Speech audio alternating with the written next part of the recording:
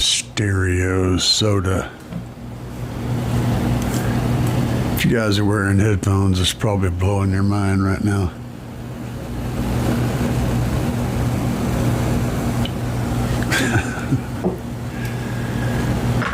I live for mind-blowing experiences. Of course, I'll fix the audio, so from this point on, I won't be moving from left to right and sounding all kind of crazy. Anyway, on with the show. So today we're going to talk a little bit about alternators, and I've talked about them before, but this is a slightly different conversation. So, the question today is, well, I love the notifications on this thing. Just makes my heart all fuzzy. The question today is whether to do a high output alternator or to run multiple stock alternators. So let's consider, first of all, that your stock alternator is making, say, 160 amps. Let's also consider that it's eating 100 amps. Your vehicle is eating 100 amps of that. So your stock current system, you've got 60 amps available for extracurricular base activities. Now, if we do that, and then we say, okay, let's add another 160 amp alternator, we're looking at 220 amps of alternator. Now, 220 amps is good for a solid 2,000 watt amplifier, maybe 2,500 with a little bit of fudging there. So that's a reasonable amount of power, and it should provide plenty of power for a 2,000, 2,500 watt amp without ever really dipping into the battery. On the other hand, let's also consider that we're going to do a 300 amp alternator.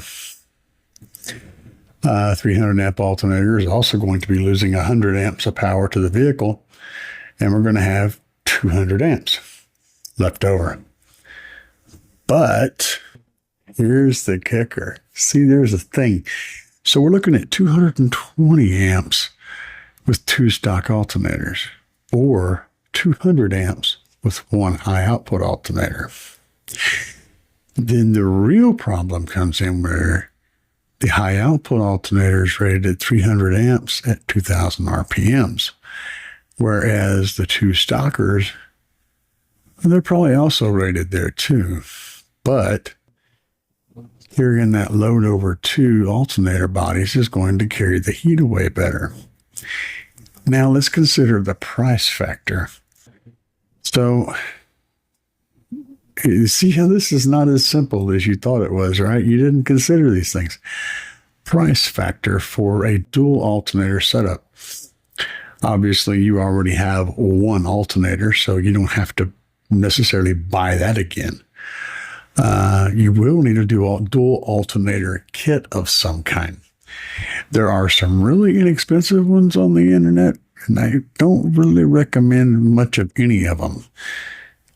But considering that, the dual alternator kit that GP Car Audio carries is, I think it's a little over $200 for the 5.3 liter Chevy. So I also know that Caleb bought his off of Amazon from some random place, and it was around $200 for his dual alternator setup for the same exact engine for the 5.3 Chevy. So let's consider that a dual alternator kit of reasonable quality is going to cost you around $200.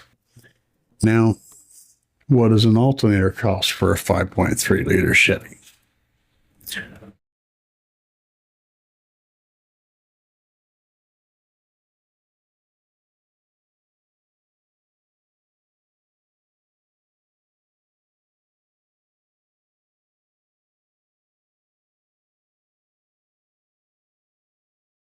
There is one more caveat, though.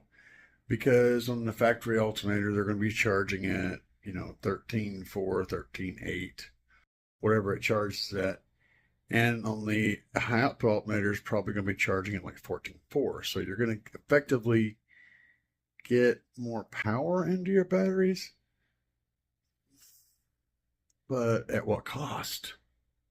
So in that case, you could get the secondary alternator plus the bracket for, we'll just say $300.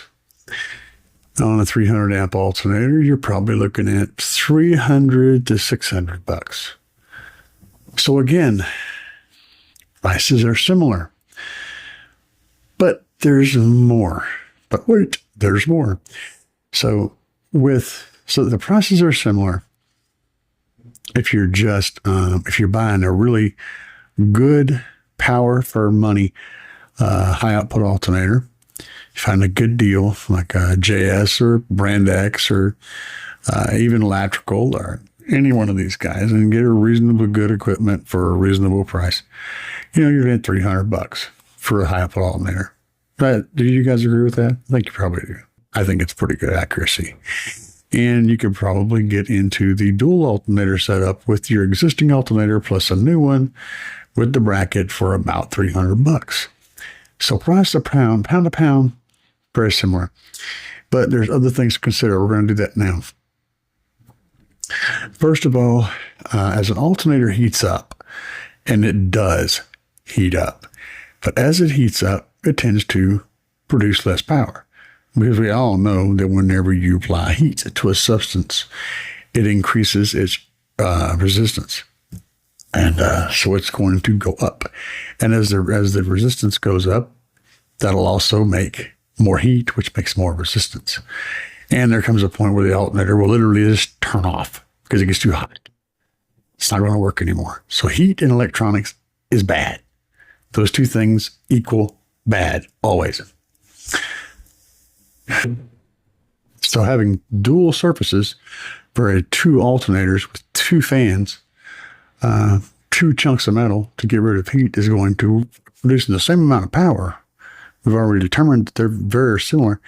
It's going to get rid of heat better. Now, in my opinion, that configuration is better. Is it going to create a little bit more drag on the engine? Yeah, because you're moving two things instead of one thing, and they're both should be doing the same basic amount of work as one versus two. So, but you're got one more parasitic, mechanical thing to rotate. So there's that. But you're also using the factory wiring connections, which means the computer's probably going to be very happy about it. You would just pigtail one off the other, and the computer would just think it's one big alternator. That might be good. Bonuses, if one of them fails and you've got a regular length belt, you might be able to reconfigure it and run on one alternator to get home on. That's a plus. So there's also twice as many parts to potentially fail. Now, here's another big one, though. So if you go with the shoe stock alternator trick, right, you are buying the dual alternator bracket. If at some point you go, well, this is good, but it's just not good enough, or it was good before, but now I want to do more, you've already bought the bracket. You can upgrade the alternator. So you just add on an aftermarket alternator. Now you can run both. And later on, you could add on another aftermarket. And now you can run two big boy alternators. The bracket's kind of a thing that you're going to wind up doing anyway. It's a thing, right? So what are my recommendations? Oh, I have some recommendations. After having run a couple of different high output alternators and testing these things, I've kind of come into a conclusion. The high output alternators are really good if you are absolutely wanting to max out your power for a specific scenario, like you're doing a SPO run. Because you got to hold it down, got to hold the pedal at least 2,000 RPMs to get the speed up on that alternator to get that power out of it. But they also tend to get hot. Doing one alternator doing all that work can get really hot. It's kind of like that, supercharged engine. It does the thing, but at a cost, you know. So the other thing is, what about build quality? You're taking something that was just been designed to do a specific job. Millions and millions and millions of them have been built, and they all, work for a long time, and then they die. But you're taking that same thing and completely re-engineering it to do way more than it was originally intended to do. Then this kind of makes you think, you're setting yourself up for failures, right? So then there's the other thing. There's a medium ground here. So what if you went with the stock alternator setup, but you go to the junkyard, you find yourself some old police cars, old ambulances, tow trucks, whatever, anything with the severe duty, the heavy duty alternator that has a, like instead of the 160, it'll be like a 220 or something like that, 240. And the beautiful thing about those is they're designed to make lots of power at idle, because that's where the cars need that power. See, now we're cooking with gas, right? The police car sitting on the side of the interstate with all the lights going for hour, 2 hours, 3 hours, power. The tow truck on the side of the road doing all the winching and stuff, power. All of these things are designed to run at, idle. There's your good alternator. It may only make 220 amps, but it's going to make the bulk of that at idle or right above it. And they're also designed to be used and abused for hours. And it's going to be a lot cheaper than even buying a brand new stocker. If you could find that alternator, you could probably pick them up for 10, 15, 20 bucks a piece. Of course, you have to be driving a vehicle that would be able to use one of those, extreme duty rigs, like a Chevy, pretty much anything with a Chevy V8 in it's going to work out, some of your Fords and stuff. But some of your little Qubedup cars and stuff you're just kind of SOL when it comes to that. However, you could still run dual alternators. So it was something to think about. I just been considering all the different the charging and battery systems. I've been mulling this stuff over in my head, and I got to thinking about that. And I was like, you know what? That's a thing. And I started doing the math, and I'm like, But I'm not done with this subject, not by a long shot. Tomorrow or the next day, sometime in the next few days, I'm going to make my way out to a specific individual I know who owns a motor repair shop, electric motor repair shop. He rebuilds alternators and starters and all types of electric motors, and has for like the last 40 years. And I want to talk to him and see if he'll let me do an interview. I think it would be interesting. I'm going to ask him some of those hard questions and find out what his take on that is and what his expert opinion is on that. If he'll allow me to do the interview, then I will. But, he's an old guy. So, we'll see, right? But if the cat does let me do an interview, I'll be sure and put the name of his business in there. And if you guys are interested in getting, this is already a thing. If you guys are interested in getting handmade stuff done, like you want an alternator built, he will. I know he does this. I was going to get him to do me one for me. Basically, you'll just send him an alternator casing and your alternator, and he will redo the alternator for a price. This comes in handy for people that have really hard to find high output alternator kind of stuff, and you got this, blah blah blah blah thing that you just can't find the high output alternator for. Well, he can just make the regular one awesome for you. So and I'll get you that information too, regardless of whether or not we're able to do an interview. But I am going to ask him some questions. I've talked to him before, and it seems to me like he told me that there's two basic ways. He asked me which way I wanted to do it. He said, there's two ways I can rebuild this. I can rebuild it where you'll have a maximum amount of power, and I can also, but it's going to have to be up at the high RPMs. He said, I can also rebuild it in such a way that you'll have less total amperage, but you'll have way more of that available at idle. And I remember him telling me this. Now, I don't remember what the details were, but that's got me really wanting to know.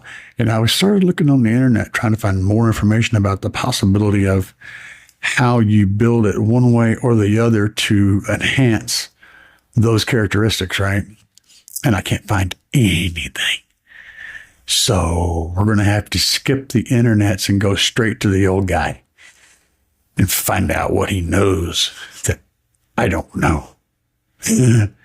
Anyway, guys, I hope you found this helpful today. Informative, thought-provoking, whatever the case may be. Or maybe I'm just helping your bowels move. I don't know. We all have to have a job in life, and mine is to entertain you and to get your brain wiggling and squirming and thinking about stuff. So for now, guys, peace.